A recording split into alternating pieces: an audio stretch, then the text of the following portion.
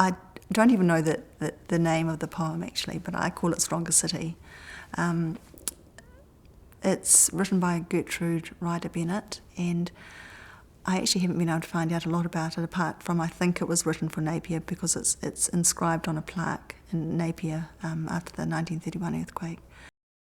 I never understood how a man could dare to watch a city shaken to the ground, to feel the tremors, hear the tragic sound of houses twisting, crashing everywhere, and not be conquered by despair.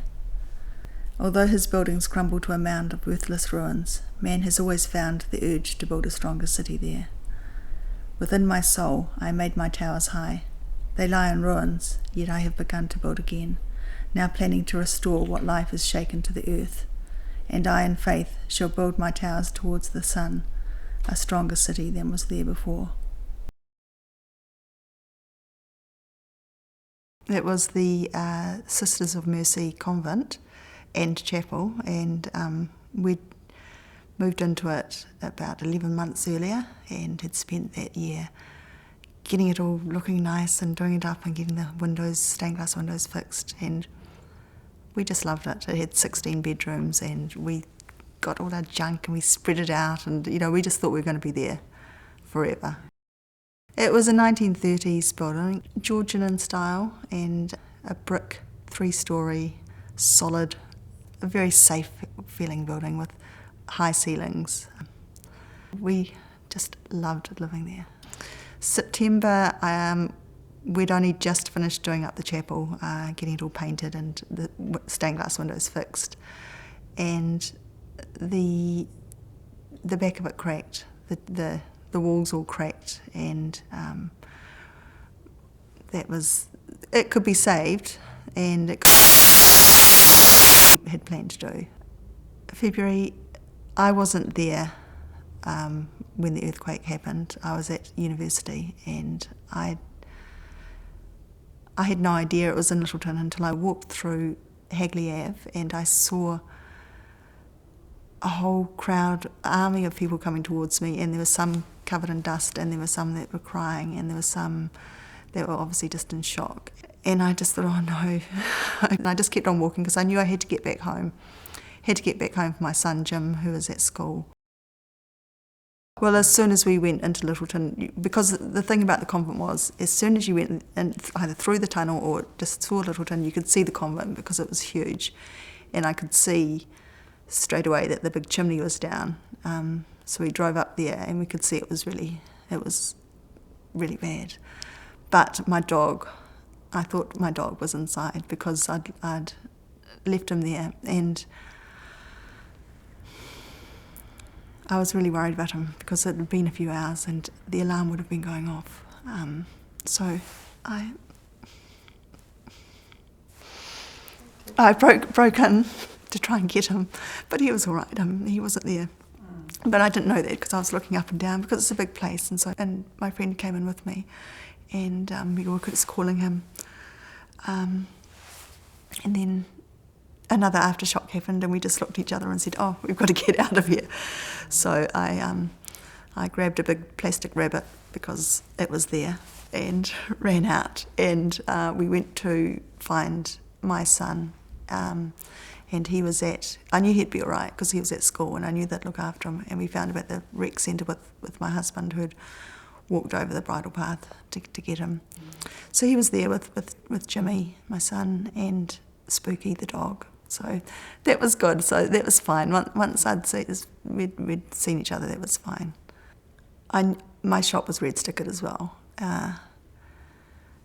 But to be honest, with everything else, it was a minor point. I wasn't too, I didn't even really think about it. It was a vintage shop, and I sold royal china because it wasn't popular, and I wanted it to be popular again, and it is becoming more popular since Kate. And I sold pictures of the Queen and little flags and buttons that you could buy by the spoonful, and old photos, just whatever caught my eye and whatever I thought was fun. Well, I was talking to my sister and my husband, and they said, "Oh, you should do a souvenir, an earthquake tea towel souvenir." And I was going, "Oh, It's kind of a little bit tacky, but I kind of quite like the idea of it. There was a group called Rise Up Christchurch, and that was a charity, and my husband said, "You think they would have called it Shorter Eyes?" And I thought, "Oh, Shorter Eyes, that's a good tea towel idea." And then I spent the next day doing the design. Also, it is such a Christchurch icon, the actual building, and so I thought, take that. And I wanted to put in the tea towel all the elements of the earthquake that were going on. Like everyone would say munted, so I had to put that in there somewhere, and everyone would say kia kaha, so I had to put that in. And I was also quite aware that I didn't want to do a negative image. I wanted to do something that was focusing on the positive, because I expected that Christchurch would rise again. So I thought Shorter Rise was a very appropriate slogan for Christchurch. I wasn't really thinking about how I was going to sell them, because that's not what I do. I just thought, I'll make them and then I'll figure out what to do. And I put the image up on Facebook, and then suddenly it was just everybody wanted one. So I've sent them to Canada, Australia, England. I've sent them all over America. There's been a really good response. Well, I didn't actually think I'd be making that much money, but I thought, well, I'm going to put it towards something positive. And so the convent had beautiful stained glass windows, and we managed to get a few out, snuck in there, and got some out. There were the ones in the chapel we couldn't get out, so we were going to have to pay experts to do that. So I thought, well, I'll put that towards rescuing those stained glass windows, because I thought that it was important to keep them for Lyttelton as much as anything, because they're a part of Lyttelton's history. But unfortunately, before that could happen, the June 13th earthquake happened, and that completely smashed down the walls of the chapel, and it broke a lot of the windows. I think the hardest was when the demolition team, who we'd thought were going to save them, in the first half hour just smashed them up with the digger. That was heartbreaking, and no, there was nothing I could do about it. I felt really betrayed, because we'd tried really hard to get the right people to do the demolition who could save them, and they assured me that they could. They weren't using cranes, or they were just going in with the digger, and it was really upsetting, and that's the most angry I've ever been.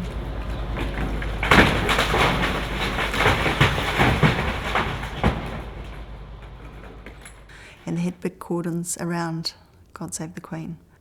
We weren't allowed in, I wasn't allowed in to get anything from there. So one day my sister said to me, look, we'll just sneak in first thing in the morning, one morning at 6 o'clock, and no one will know. So I said, okay, and so I got hats for everybody, helmets, and we decided Easter Monday, no one's going to be around on Easter Monday.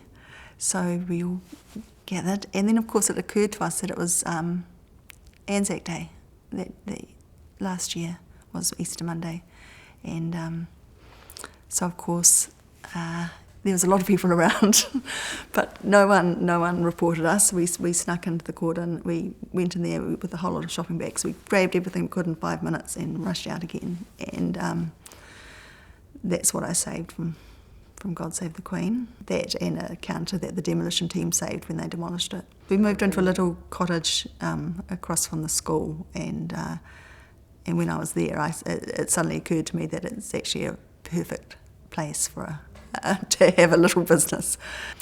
And I had God Save the Queen on my veranda of my new house. It was good. People loved it. In fact, I was busier than I was at the shop. We've got an architect, and we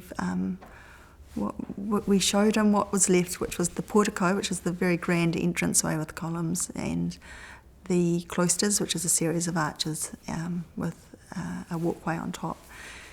And I said, I don't know what you can do, but those are the important things. So he's designed a series of wooden boxes, glass boxes, very elegant pavilions that go around those features, and I think, respect them and allows the ruins to remain and show through. You owe it to future generations to keep a part of the past for the future. If you're getting rid of everything, then what are our children and grandchildren going to have?